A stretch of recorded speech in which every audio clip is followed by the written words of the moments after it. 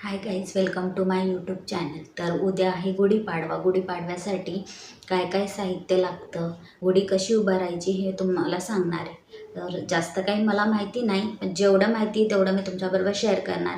तर व्हिडिओ शेवटपर्यंत बघत. हिंदू संस्कृतीमध्ये वर्षभराचा पहिला सण म्हणजे गुढीपाडवा होय. चैत्र शुद्ध प्रतिपदा म्हणजेच गुढी. आपण शुभ कार्याची सुरुवात मुहूर्तावर करतो. वर्षभरामध्ये 3.5 मुहूर्त अतिशय महत्त्वाचे असतात. पहिला गुढीपाडवा, दुसरा विजयादशमी, तिसरा बलिप्रतिपदा, चौथा अक्षय तृतीया हा अर्धा मुहूर्त असतो.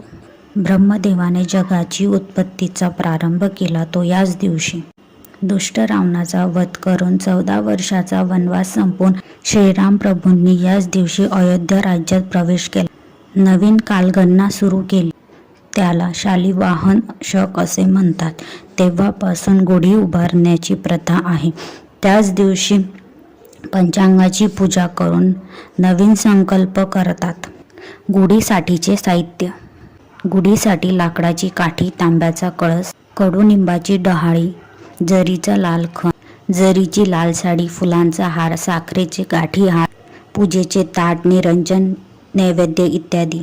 गुढी कशी उभारावी?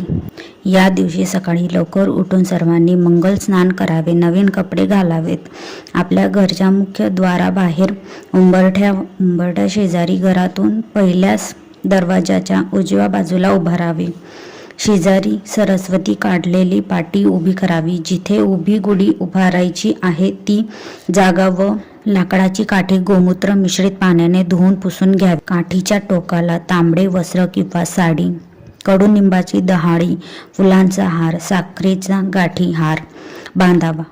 वरून तांब्याचा कलश पालथा मारावा. कलशावर ओल्या कुंकावाने ओम स्वस्तिक चिन्ह काढावे. गुढी उभारल्यावर गुढीला हळदी कुंकू, अक्षदा, फुले वाहावी. धूप दिवा लावावा. पुरणपोळी व खिरीचा किंवा गोड पदार्थाचा नैवेद्य दाखवावा. खडीसाखर व कोवळा निंबाचा पाला एकत्र करून एका वाटीत प्रसाद म्हणून ठेवावा. सर्वांना वाटावा. संध्याकाळी सूर्यास्ताच्या आधी गुढीला हळदी कुंकू, अक्षदा वाहून गोड नैवेद्य दाखवूनच गुढी उतरवावी.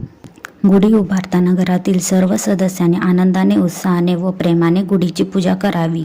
ओम ब्रह्मध्वजाय नमः असे म्हणून पूजा करून, नमस्कार करून नवीन वर्षाचे आनंदाचे, समृद्धीचे व भरभराटीचे जावो अशी प्रार्थना करावी. घरातील सर्व दरवाजांना पवित्र आंब्याचे तोरण लावावे. या दिवशी प्रत्येकाने 3.5 पाने कडुनिंबाची खडीसाखर हा प्रसाद जरूर खावा. आणि प्रसादामधून अशी शिकवण घ्यावी की जीवनात कितीही सुख असेल तरी दुःखही येतेच. म्हणजे सुख किंवा दुःख कधीही एकटे येत नाही. दुःखानंतर सुख येते किंवा सुखांमागून दुःख येते. म्हणून निराश न होता सुखादुःखाचा सामना करावा.